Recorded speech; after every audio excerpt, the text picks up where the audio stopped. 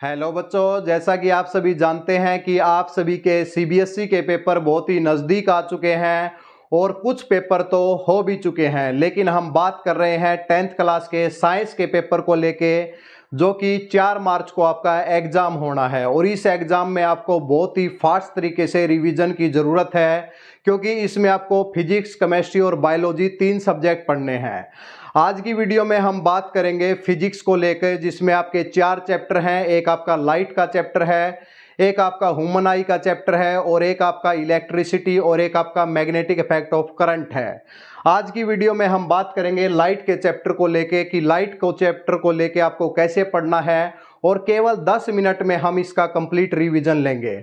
ये वीडियो देखने के बाद आपका कोई भी क्वेश्चन गलत नहीं होगा, चाहे वो आपका न्यूमेरिकल हो, चाहे वो आपका बेसिक क्वेश्चन हो, क्योंकि हम कंप्लीट डिटेल में बात करेंगे। केवल 10 मिनट आपको वीडियो देखनी है, उसके बाद आपका कोई क्वेश्चन नहीं रहेगा। आइए आज की वीडियो की शुरुआत करते हैं। और सीबीएसई के सिलेबस के हिसाब से पहला जो हमारा टॉपिक है वो है रिफ्लेक्शन ऑफ द लाइट। केवल आपको वीडियो को सुनना है क्योंकि हम केवल क्वेश्चन के ऊपर बात करेंगे, कैसे क्वेश्चन आएंगे, और उनके आंसर भी साथ साथ में बताएंगे। आज वीडियो लाइट की होगी, कल हमारी ह्यूमन आई की होगी। ऐसे 4 वीडियो हम एग्जाम से पहले कंप्लीट करेंगे। इसके लिए जो बच्चे जो नए आए हैं वो चैनल को सब्सक्राइब कर लीजिए, क्योंकि वीडियो की जो नोटिफिकेशन है तभी आएगी जब आप चैनल को सब्सक्राइब करेंगे। आइए बात कर लेते हैं। सबसे पहला जो टॉपिक है हमारा वो है reflection of the light. Definition wise बात करें तो आप सभी जानते होंगे कि रिफ्लेक्शन ऑफ लाइट क्या होता है। कि रिफ्लेक्शन ऑफ लाइट हमारा होता है, it is the phenomena of the change in the path of the light without any change in the medium. यानी कि एक ऐसा फिनोमिना जिसके अंदर हमारा लाइट का पाथ चेंज होता है लेकिन मीडियम चेंज नहीं होता, ऐसे फिनोमिना को हम बोलते हैं रिफ्लेक्शन ऑफ द लाइट। आपने क्या डिस्कस किया है इसमें, क्या पढ़ा है आपने इसमें कि रिफ्लेक्शन ऑफ लाइट क्या होता है। इसके बाद इसके 2 लॉ होते हैं। फर्स्ट लॉ क्या होता है कि incident ray, reflected ray and the normal to the surface all lie in the same plane. Second law क्या था कि angle of incidence is equal to angle of reflection है। ये सभी जानते होंगे, लेकिन इसके अलावा क्या क्वेश्चन पूछ सकता है। देखिए भाई, जो रिफ्लेक्शन ऑफ लाइट होता है वो कहाँ से होता है, मिरर से होता है। और मिरर के कितने टाइप होते हैं, एक होते हैं प्लेन मिरर होता है, और एक हमारे पास होते हैं स्पेरिकल मिरर। प्लेन मिरर से कैसा क्वेश्चन आपके एग्जाम में आ सकता है। प्लेन मिरर से पूछ सकता है कि प्लेन मिरर के अंदर जो इमेज बनती है वो कैसी बनती है। आप सभी जानते हैं कि प्लेन मिरर से कैसी इमेज बनती है, हमेशा हमारी इरेक्ट और वर्चुअल इमेज बनती है। ये आपको याद रखना है कि प्लेन मिरर की इमेज कैसी होती है, virtual and the erect. Second question पूछ सकता है प्लेन मिरर से कि प्लेन मिरर की मैग्निफिकेशन क्या होती है, यानी कि हमारी जो इमेज है वो कितनी बड़ी बनती है। तो मैग्निफिकेशन हमारी होती है +1 भाई, क्या होती है +1। और मैग्निफिकेशन का पॉजिटिव होना क्या दर्शाता है, ये क्वेश्चन भी एग्जाम के अंदर आ सकता है कि एक इमेज की जो आपकी मैग्निफिकेशन है वो पॉजिटिव है। अब इससे आप क्या समझते हैं, तो मैग्निफिकेशन का पॉजिटिव होना आप सभी जानते होंगे कि image is virtual and the erect भाई। ठीक है भाई, ये प्लेन मिरर से केवल 2 ही क्वेश्चन हो सकते हैं, कैसी इमेज बनेगी और मैग्निफिकेशन क्या होगी। इसके बाद मिरर के अंदर बात कर लेते हैं स्पेरिकल मिरर भाई। स्पेरिकल मिरर में 2 टाइप के मिरर हैं, एक है कनकेव मिरर, एक होता है कन्वेक्स मिरर। आप सभी जानते हैं ये हमारे पास कनकेव मिरर है, ये हमारे पास कन्वेक्स मिरर है। ठीक है, ऐसा आपने पढ़ा है। उसके बाद मिरर का एक मिडल पॉइंट होता है जिसे हम बोलते हैं पोल। पोल क्या होता है, the mid point of a spherical mirror is called the pole. ठीक है, उसके बाद ये जो हमारे पास मिरर है इसका कोई सेंटर होगा जिसे हम सेंटर ऑफ कर्वेचर बोलते हैं। सेंटर ऑफ कर्वेचर और पोल के बीच का एक मिड पॉइंट होता है जिसे फोकस बोलते हैं। डेफिनेशन तो बहुत बड़ी है कि it is a point on the principal axis at which the ray parallel to the principal axis after the reflection meet. ये फोकस की डेफिनेशन है, लेकिन इतनी ज्यादा आपको लास्ट टाइम पे रिवीजन करने की जरूरत नहीं है ऐसी फोकस की डेफिनेशन। ये 4 से 5 डेफिनेशन है, ज्यादा फोकस डेफिनेशन के ऊपर नहीं रहेगा। अब हम बात कर लेते हैं कि इनके द्वारा इमेज कैसी बनाई जाती है। यहां पे देखिए भाई, यहां पे अगर देखा जाए तो ये पोल है और ये आपके पास फोकस है और ये सेंटर ऑफ कर्वेचर है। सबसे इंपॉर्टेंट क्वेश्चन, फोकल लेंथ क्या होती है। द डिस्टेंस बिटवीन दी पोल और फोकस के बीच की दूरी को हम फोकल लेंथ कहते हैं। अब यहीं से मिरर फॉर्मूला जब आप पढ़ेंगे तो उस टाइम पे एफ क्या लेना है इसको लेकर डिसीजन यहीं पे कर लेते हैं भाई। देखिए भाई, सारी की सारी डिस्टेंस पोल से मेजर की जाएंगी और यहां से ये फोकल लेंथ लेफ्ट में है और यहां पे फोकल लेंथ राइट में है। इस मिरर का नाम है कन्वेक्स मिरर और इस मिरर का जो नाम है वो है कनकेव मिरर भाई। ये कनकेव मिरर है। अब एग्जाम में सीधा क्वेश्चन आता है कि कनकेव मिरर की फोकल लेंथ पॉजिटिव होगी या नेगेटिव होगी। हम बताएंगे नेगेटिव होगी क्योंकि लेफ्ट में है। जो फोकल लेंथ है कनकेव मिरर की हमेशा नेगेटिव होती है, कन्वेक्स मिरर की फोकल लेंथ हमेशा पॉजिटिव होती है। बस ये चीजें अगर आपको याद हो गई तो कोई भी न्यूमेरिकल आप सोल्व कर सकते हैं एग्जाम के अंदर भाई। ठीक है, कैसे? देखिए, ये आपको डेफिनेशन वाइज ये आपने देख लिया। अब आपको इमेज फॉर्मेशन पढ़ चुके हैं, यहाँ नहीं बनाएंगे हम इमेज फॉर्मेशन, और इतनी ज़्यादा इंपॉर्टेंट नहीं है कि सभी इमेज फॉर्मेशन ही आपके पास पूछेगा। क्वेश्चन कैसे पूछेगा वो हम बता देते हैं। देखिए, इमेज फॉर्मेशन के आप केस जानते हैं कि जब हमारे पास ऑब्जेक्ट रहती है इन्फिनिटी के ऊपर, रिवाइज कीजिए हमारे साथ, जब हमारे पास ऑब्जेक्ट रहती है इन्फिनिटी के ऊपर तो इमेज कहाँ बनती है? फोकस के ऊपर। कहाँ पे बनती है? फोकस के ऊपर। उसके बाद पूछा जाए साइज क्या होता है? पॉइंट साइज्ड इमेज होती है, आपकी बुक के अंदर साफ साफ गिवन है एनसीईआरटी के अंदर। ठीक है, सेकंड क्वेश्चन, कनकेव के केस में जब हमारी पास इमेज होती है, ऑब्जेक्ट होती है beyond the centre of curvature, तो इमेज कहाँ पे बनती है? सेंटर ऑफ कर्वेचर और फोकस के बीच में। याद है सभी को, इमेज इन्वर्टिड है, स्मॉल इन साइज है, रहेगा याद। थर्ड क्या हो जाएगा? जब हमारे पास ऑब्जेक्ट आ जाती है सेंटर ऑफ कर्वेचर के ऊपर तो इमेज कहाँ पे बनती है? सेंटर ऑफ कर्वेचर के ऊपर। सेंटर ऑफ कर्वेचर के ऊपर जब ऑब्जेक्ट रखी होती है तो इमेज का साइज ऑब्जेक्ट के साइज के इक्वल होता है। ठीक है, और इन्वर्टेड होती है। उसके बाद क्या है कि अब जब हम सेंटर ऑफ कर्वेचर और फोकस के बीच में रखते हैं तो इमेज बनती है beyond the centre of curvature. उसके बाद अगर फोकस के ऊपर रखते हैं तो फोकस के ऊपर अगर रखते हैं तो इन्फिनिटी के ऊपर बनती है। अब आपको ध्यान रखना है पेपर के पॉइंट ऑफ व्यू से कि 5 केस में हमारे पास क्या हुआ है कि इमेज जो है वो रियल एंड इन्वर्टेड बनी है। अब एक केस ऐसा आएगा यहाँ पे, जब फोकस और पोल के बीच में आप ऑब्जेक्ट को रखेंगे तो फिर क्या होगा? आपकी जो इमेज है वो क्या बनेगी? आपकी इमेज वर्चुअल बन जाएगी और राइट साइड में बन जाएगी।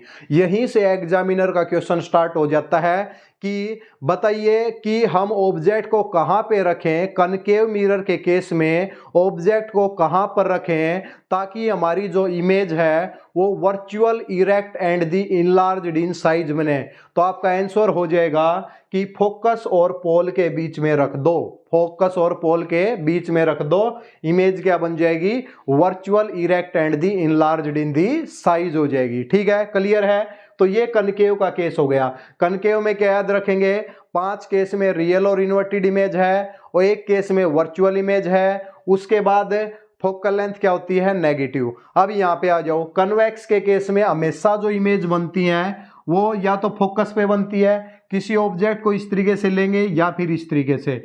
याद क्या रखना है कि कन्वेक्स मिरर की फोकल लेंथ पॉजिटिव होती है। सेकंड, कन्वेक्स मिरर में इमेज हमेशा वर्चुअल और इरेक्ट बनेगी, उसके साथ में स्मॉल इन साइज बनेगी।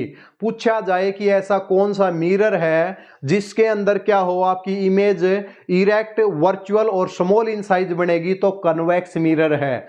और ऐसा मिरर का नाम बताओ जो कि आपके व्हीकल के अंदर, रियर व्यू व्हीकल, पीछे का पार्ट देखने के लिए यूज होता है, वो कौन सा होता है? कन्वेक्स मिरर होता है। आपके पास पूछा जाए सोलर फर्नेस में कौन सा मिरर यूज होता है? कनकेव मिरर यूज होता है। आपके पास ये पूछा जाए कि जो व्हीकल है उनके हेडलाइट में कौन सा मिरर यूज होता है? कनकेव मिरर यूज होता है। आपके पास ऐसा क्वेश्चन भी पूछा जाए कि डेंटिस्ट जो है कौन से मिरर को यूज करते हैं, तो वो भी कनकेव मिरर को यूज करते हैं। समझ में आ गया टॉपिक?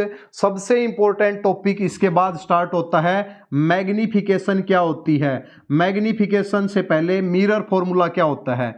एक मिरर फॉर्मूला होता है कि 1/v + 1/u = 1/f है। आप सभी को पता होगा मिरर फॉर्मूला है। गलती क्या नहीं करनी फॉर्मूले में? देखिए, हमेशा क्या है कि u क्या है? ऑब्जेक्ट की डिस्टेंस है। v क्या है, इमेज की डिस्टेंस है, और f क्या है, फोकल लेंथ है। जल्दी से इसको रिवाइज करवा देते हैं। देखिए मिरर फॉर्मूला के ऊपर एक क्वेश्चन एग्जाम में जरूर देखने को मिलेगा। न्यूमेरिकल क्या होगा, देखिए 1/v plus 1/u is equal to 1/f, ये फॉर्मूला हो गया भाई। अब क्या है कि यहाँ पे साइन कन्वेंशन यूज करने हैं, याद करो भाई साइन कन्वेंशन।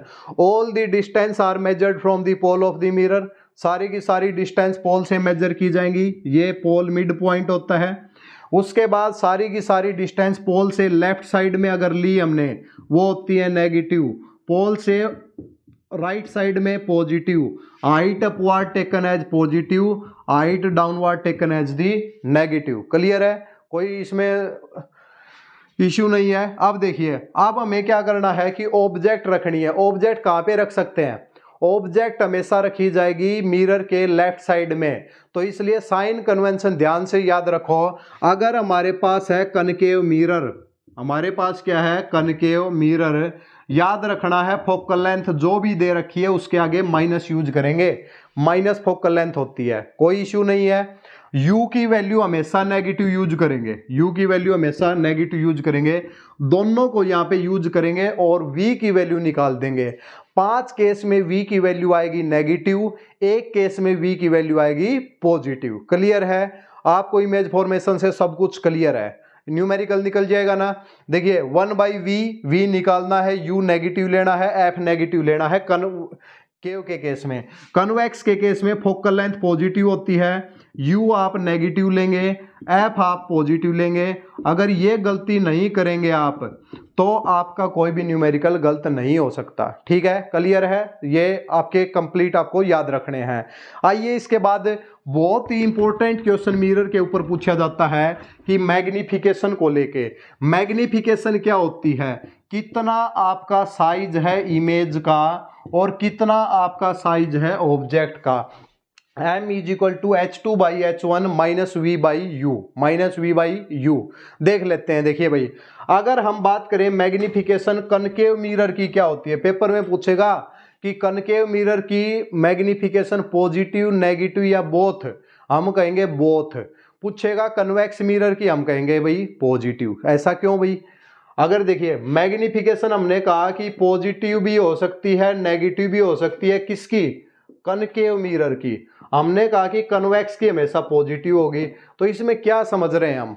ठीक है, तो एक बात बिल्कुल ध्यान रखेंगे, जब कभी भी आपको बोले कि मैग्निफिकेशन पॉजिटिव है उसका मतलब आप समझ जाना कि image is virtual and erect, image is virtual and erect, कोई क्वेश्चन गलत नहीं होगा। Image is virtual and direct पूछेगी what does the positive magnification signify, we will हम कहेंगे कि हमारे पास जो है इमेज वो वर्चुअल और इरेक्ट है। क्लियर है। उसके बाद अगर आपको बोले कि मैग्निफिकेशन नेगेटिव है तो नेगेटिव का मतलब समझ जाना image is real and inverted, real and inverted. अब क्यों, देखिए कनकेव के केस में 5 केस ऐसे आए थे जिसमें रियल और इन्वर्टेड थी, उस केस में मैग्निफिकेशन हो जाती है नेगेटिव।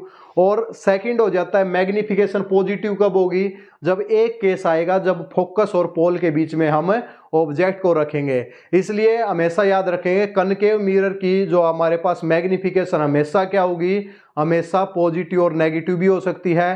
कन्वेक्स की हमेशा क्या होगी, पॉजिटिव। क्लियर है। कनकेव मिरर की can be positive can be negative depend on the location of the object, but in the case of the convex mirror magnification is always positive. Mirror से कोई numerical गलत नहीं होगा, कुछ भी गलत नहीं होगा अगर आप ये सब बातें जानते हैं। आइए बात कर लेते हैं रिफ्रैक्शन ऑफ द लाइट। क्या है रिफ्रैक्शन ऑफ लाइट, ठीक है, क्लियर हो गया होगा। जो चैनल पे नए आए हैं वो चैनल को सब्सक्राइब कर लीजिए ताकि भविष्य में ऐसी जो फास्ट रिवीजन की क्लासेज हैं वो टाइम टू टाइम आपको मिलती रहे। ठीक है, चलिए भाई इसके बाद हमारे पास है सेकंड टॉपिक है refraction of the light. Refraction of light क्या होता है, एक ऐसा फिनोमिना जिसके अंदर लाइट का पाथ तो चेंज होगा ही होगा, लेकिन मीडियम भी चेंज हो जाए, ऐसे फिनोमिना को हम बोलेंगे the refraction of the light. भाई क्लियर है? देखिए यहां से लाइट आई, ये आ गई भाई, ठीक है, ये क्या है, ये नॉर्मल है। लाइट जानी कहां चाहिए थी, ऐसे, लेकिन लाइट बेंड हो गई। अब ये आई है और ये आर हो गया, तो ये एंगल ऑफ इंसिडेंस है, ये एंगल ऑफ रिफ्रैक्शन है। लाइट का बैंड होना, that is the refraction of the light. Light band नहीं हो रही, देयर इज नो रिफ्रैक्शन। ठीक है, चलो भाई, ये हमारे पास हो गया। दो लॉ बताने की जरूरत नहीं है। सबसे पहला है इंसिडेंट रे, जो आई, फिर ये गई, incident, reflected and the normal all lie in the same plane. ठीक है, कोई इशू नहीं है इसके अंदर। उसके बाद देखिए अब क्या होगा कि ये जो एंगल ऑफ इंसिडेंस है, इसका sine of angle divide by sine of the angle of the refraction. यानी कि हम क्या कहेंगे कि अकॉर्डिंग, ये क्या होता है, एक स्नेल्स लॉ होता है। क्या होता है? Snell's law. स्नेल्स लॉ क्या है? हम कहेंगे कि the ratio of the sine of the angle of the incidence to the sine of the angle of the refraction is always constant and which is equal to refractive index of the that medium. ये हो गई book की language भाई। Mu is equal to sine i by sine r, mu is equal to sine i by sine r. समझ क्या लेते हैं, angle of incidence का साइन लीजिए, साइन यानी कि साइन फंक्शन है, trigonometric function, i sine r, और म्यू, म्यू क्या होता है, रिफ्रैक्टिव इंडेक्स। रिफ्रैक्टिव इंडेक्स क्या होता है? रिफ्रैक्टिव इंडेक्स होता है कि it is the ratio of the absolute refractive index होता है, it is the ratio of the speed of the light in the vacuum to the speed of the light in the medium is always mu. Mu is equal to c by v. Paper में पूछ भी लेगा, paper में भाई कहेगा कि एक medium है, उसका रिफ्रैक्टिव इंडेक्स 1.5 है और लाइट की वेलोसिटी बताओ, तो क्या होगा, मीडियम के अंदर पूछेगा, म्यू की वैल्यू मान लिया कि 1.5 दे। सी क्या होता है, वेलोसिटी ऑफ लाइट, 3 × 10 की पावर 8, वेलोसिटी हो जाएगी हमारे पास 2 × 10 की पावर 8। मीडियम में हमेशा ही लाइट की वेलोसिटी डिक्रीज हो जाती है। क्लियर है? तो ये आपके पास हो गया स्नेल्स लॉ। उसके बाद देखिए भाई, अब हमारे पास क्या याद क्या रखना है, अगला डायरेक्ट क्वेश्चन अगर पूछे, ग्लास लैब। ग्लास लैब के सैंपल पेपर सोल्व किए होंगे सभी ने। ग्लास लैब में क्या है, ये हमारे पास है ग्लास लैब। इस ग्लास लैब में क्या होगा, रिफ्रैक्शन कैसे होता है। हम कहते हैं कि देखिए, एक आपके पास ये रिफ्रैक्टिव इंडेक्स, ये μ1, ये भी क्या है μ1। यहां से लाइट आपकी फॉल होती है, ये आपके पास नॉर्मल है, नॉर्मल के साथ जो एंगल बनेगा उसको एंगल ऑफ इंसिडेंस बोलते हैं। उसके बाद लाइट बैंड हो जाती है टुवर्ड्स दी नॉर्मल। उसके बाद क्या होता है कि ये इसके साथ R1 एंगल बनाती है और ये R2 एंगल बनाती है। इसके बाद लाइट बैंड हो जाती है, angle of emergence, angle of incidence, angle of refraction, angle of refraction and angle of the emergent. ध्यान क्या रखना है, बुक के अंदर साफ साफ लिख रखा है कि, और प्रैक्टिकल भी कर चुके हैं कि angle of incidence angle of emergent, angle of emergence के इक्वल होता है। आई हमेशा किसके इक्वल होता है, ई के। इसलिए हम बोलते हैं कि रिफ्लेक्टेड रे और इमर्जेंट रे पैरेलल होती हैं। डायरेक्ट रिजल्ट पूछे कि इंसिडेंट रे और इमर्जेंट रे ग्लास लैब में क्या होती है, हम कहेंगे पैरेलल होती है। क्यों? क्योंकि हमने तो प्रूव कर दिया कि angle of incidence is equal to angle of emergence. Clear है? चलो भाई, ये भी हमारे पास हो जाता है। उसके बाद क्या है, इसके बाद ये डायरेक्ट पूछ सकता है। अब आता है अपने पास लेंस के ऊपर, और लेंस में तो कुछ करना ही नहीं है, लेंस के अंदर एक लेंस फॉर्मूला ही है, बस कुछ नहीं है। देखो भाई, लेंस दो प्रकार के होते हैं, एक होता है कन्वेक्स लेंस, अब आप लास्ट टाइम पे तो यही याद रखेंगे। एक होता है आपके पास कनकेव लेंस, एक होता है कन्वेक्स लेंस, एक होता है कनकेव लेंस। कन्वेक्स लेंस को कन्वर्जिंग लेंस बोलते हैं, कनकेव लेंस को डाइवर्जिंग लेंस बोलते हैं। चलो भाई, ये हो गया कनकेव लेंस और ये हो गया कन्वेक्स लेंस। क्या इमेज फॉर्मेशन बनानी है, इमेज फॉर्मेशन वही तो होती है। कन्वेक्स के केस में 5 केस ऐसे आएंगे। क्या कहाँ पे होगा, जब इन्फिनिटी पे होंगे हम। ये फोकस F1, ये आपके पास C1, ये O1, ये आपके पास F2, ये C2। जब आपके पास ऑब्जेक्ट इन्फिनिटी पे है तो इमेज कहाँ बनेगी, फोकस के ऊपर, वही केस आएगा। जब हमारे पास beyond the centre of curvature है तो C और F के बीच में बन जाएगी। जब हमारे पास C के ऊपर है तो C के ऊपर बन जाएगी। जब हमारे C और F के बीच में है तो beyond the centre of curvature बन जाएगी। फोकस के ऊपर है तो इन्फिनिटी पे बन जाएगी। 5 केस ऐसे हैं जहां पे इमेज कहां पे बनेगी, रियल एंड इन्वर्टेड। क्या बनेगी, रियल एंड इन्वर्टेड। एक केस ऐसा हो जाएगा जब फोकस और ऑप्टिकल सेंटर के बीच में अगर ऑब्जेक्ट आ जाएगी तो उस टाइम पे इमेज बन जाएगी वर्चुअल। क्या बन जाएगी? वर्चुअल एंड इरेक्ट, पीछे की तरफ बन जाएगी। ये ऑब्जेक्ट है, यहाँ पे ऑब्जेक्ट है और इमेज यहाँ पे बन जाएगी। तो अगर पेपर में पूछा जाए कन्वेक्स के केस में ऑब्जेक्ट को कहाँ पे रखें ताकि हमारी इमेज वर्चुअल और इरेक्ट बन जाए, हम कहेंगे फोकस और ऑप्टिकल सेंटर के बीच में रख दो। ठीक है, क्लियर है भाई? चलो भाई, इसके बाद हम बात कर लेते हैं, इमेज फॉर्मेशन हो जाएगी। इस केस में कनकेव के केस में क्या होगा कि एक बार फोकस पे बन जाएगी, फोकस इसका लेफ्ट साइड में होता है। अच्छा, याद क्या रखना है कि कन्वेक्स के केस में हमेशा फोकल लेंथ क्या होती है? राइट साइड होती है। तो फोकल लेंथ कन्वेक्स की हमेशा पॉजिटिव, वहां भी तो पॉजिटिव थी, कोई अंतर नहीं है। और कनकेव में लेफ्ट साइड होती है तो कनकेव की फोकल लेंथ नेगेटिव। कोई भी न्यूमेरिकल हो, फोकल लेंथ कन्वेक्स की पॉजिटिव, कनकेव की नेगेटिव, यू हमेशा नेगेटिव, वी फाइंड आउट करना है, कोई इशू ही नहीं है। चलो भाई, इसके बाद आगे की तरफ चलते हैं जल्दी जल्दी। ये सब हो गया हमारा कनकेव के केस में, कन्वेक्स के केस में। अब बताइए क्या होता है लेंस फॉर्मूला। लेंस फॉर्मूला क्या होता है? अरे लेंस फॉर्मूला तो यही है ना, लेंस और फॉर्मूला, बस चार ही तो वर्ड है कि क्या लिखना है। It is a relation between the image distance, object distance and the focal length. 1/v minus 1/u is equal to 1/f। क्या यूज करना है? जब गिवन हो कन्वेक्स लेंस, फोकल लेंथ हमेशा लेंगे पॉजिटिव, u हमेशा लेंगे नेगेटिव, और उसके बाद क्या लेंगे? उसके बाद v की वैल्यू निकाल लेंगे, v की वैल्यू निकाल देंगे।